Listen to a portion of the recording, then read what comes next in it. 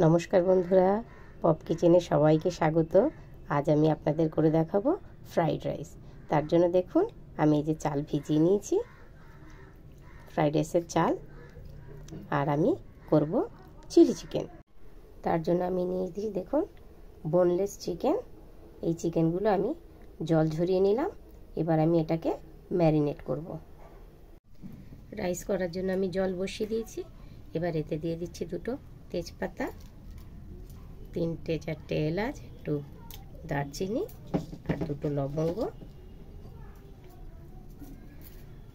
আর দিয়ে দেব ভাতটা একদম ধবধবে সাদা হওয়ার জন্য লেবুর রস আর অল্প সাদা তেল।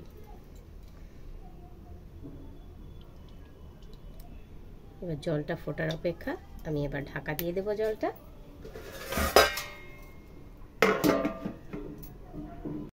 এবার আমি ম্যারিনেট করা শুরু করছি। এতে দেব আদা রসুন আর সামান্য লঙ্কা বাটা, তাতে দেব স্বাদ মতন লবণ, সামান্য ভিনিগার, কর্নফ্লাওয়ার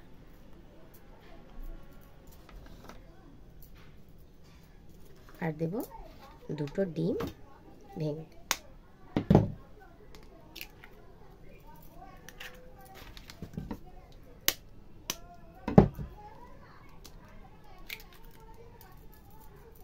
এবার এটাকে আমি ভালো করে মাখিয়ে রেস্টিংয়ে রাখবো।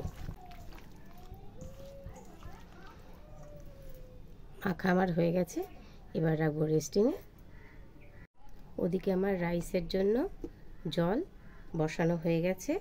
এতে আমি সামান্য চিলি ফ্লেক্স দেব, ভুলে গেছিলাম, চিলি ফ্লেক্স দিয়ে দিলাম আর একটু ঘেটে দেব। দেখি তাহলে এদিকে জল ফুটে গেছে।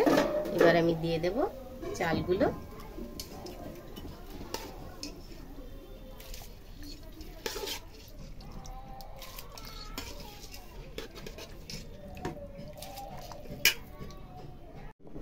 বন্ধুরা এবার দেখুন রাইস আমার হয়ে গেছে 80%।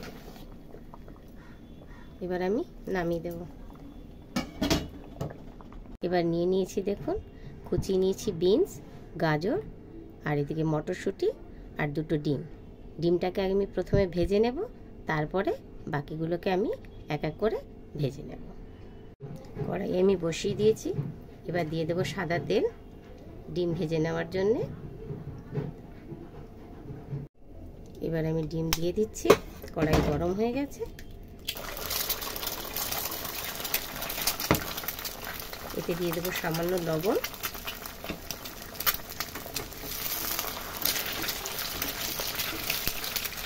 তেল গরম হয়ে গেছে। এবার আমি এতে এগুলো ফ্রাই করার জন্য দিয়ে দিচ্ছি।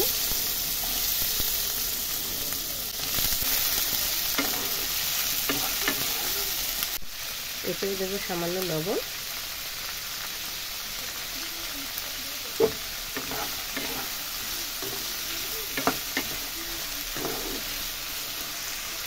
তাহলে দেখুন ডিম আর সবজিগুলো আমার ফ্রাই হয়ে গেছে। এবার আমি এগুলো রাইসের সঙ্গে মিশিয়ে রাইসটাকে ফ্রাই করব। রাইস ফ্রাই করার জন্য আমি সাদা তেল দিয়ে দিয়েছি, এর সঙ্গে মিশিয়ে দিচ্ছি ঘি। ঘি আর তেল আমার গরম হয়ে গেছে। এবার আমি এর উপর দিয়ে দেব রাইস।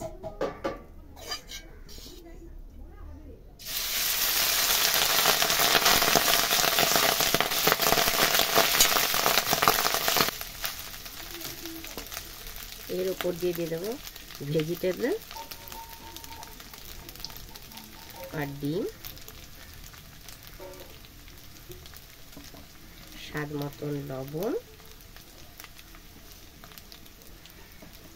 আর দিয়ে দেব পরিমাণ মতো একটু সামান্য চিনি। এবার এটাকে আমি ভালো করে মিশিয়ে ফ্রাই করে নেব।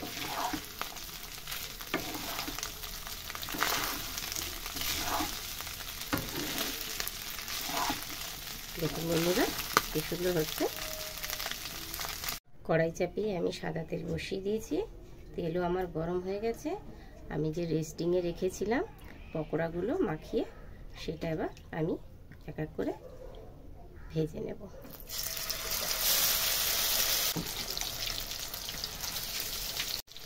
এক পাশ আমার হয়ে গেছে, এবার আমি উল্টিয়ে দেব। দেখুন সুন্দর লাল লাল করে ভাজা হয়ে গেছে। এইভাবে আমি সমস্ত পকোড়াগুলোকে ভেজে নেব। আর পকোড়া কমপ্লিট। এবার আমি এগুলো তুলে নিচ্ছি। এবার করব চিলি চিকেন। এবার আমি কড়াই চাপিয়ে দিয়েছি, তেলও দিয়ে দিয়েছি। তেলটা এবার গরম হোক। তেল আমার গরম হয়ে গেছে। এতে এবার আমি দেব বেটে রাখা আদা, রসুন আর অল্প লঙ্কা দিয়ে পেস্ট।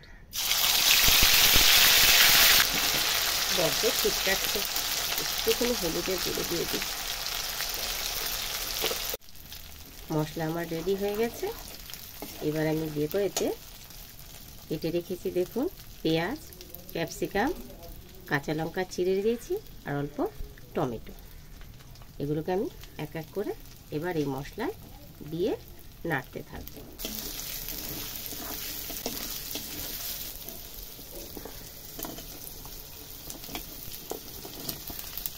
টমেটোটা আমি একটু বাদে দেব।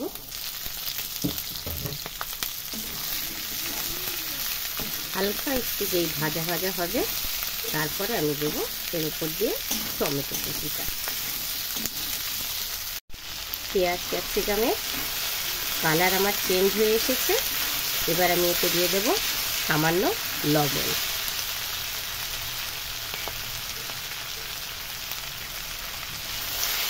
এর উপর এবার আমি টমেটোগুলো দিয়ে দিচ্ছি।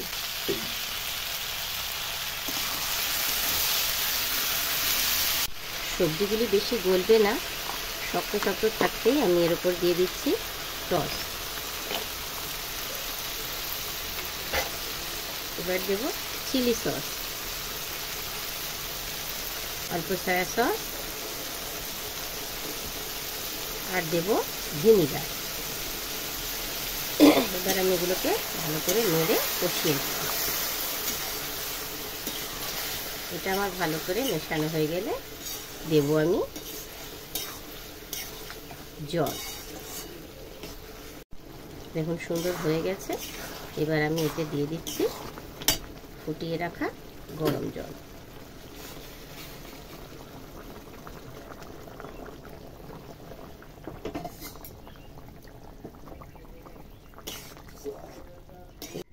এটা ফুটে গেলে আমি ভেজে রাখা পকোড়াগুলো এবার এতে দেব।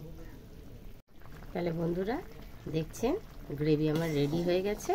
এবার আমার পকোড়াগুলো দিয়ে দিচ্ছি।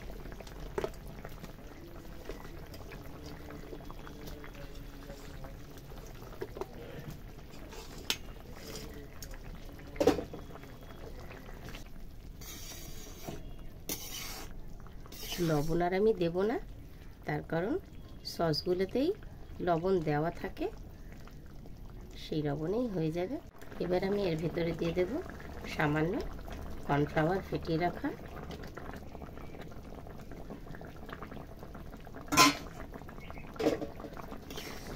যাতে গ্রেভিটা একটু ঠিক আসে।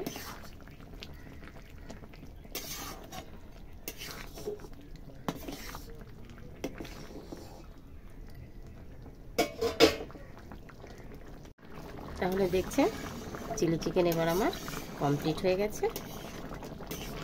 এবার আমি এটাকে নামিয়ে নেব। আমার চিলি চিকেন আর ফ্রাইড রাইস দুটোই কমপ্লিট হয়ে গেছে। দেখুন আমার রান্না আপনাদের কেমন লাগলো অবশ্যই কমেন্ট করে জানাবেন। ভালো লাগলে অবশ্যই লাইক, শেয়ার আর সাবস্ক্রাইব করবেন। তাহলে আজকের মতো এই পর্যন্ত। টাটা।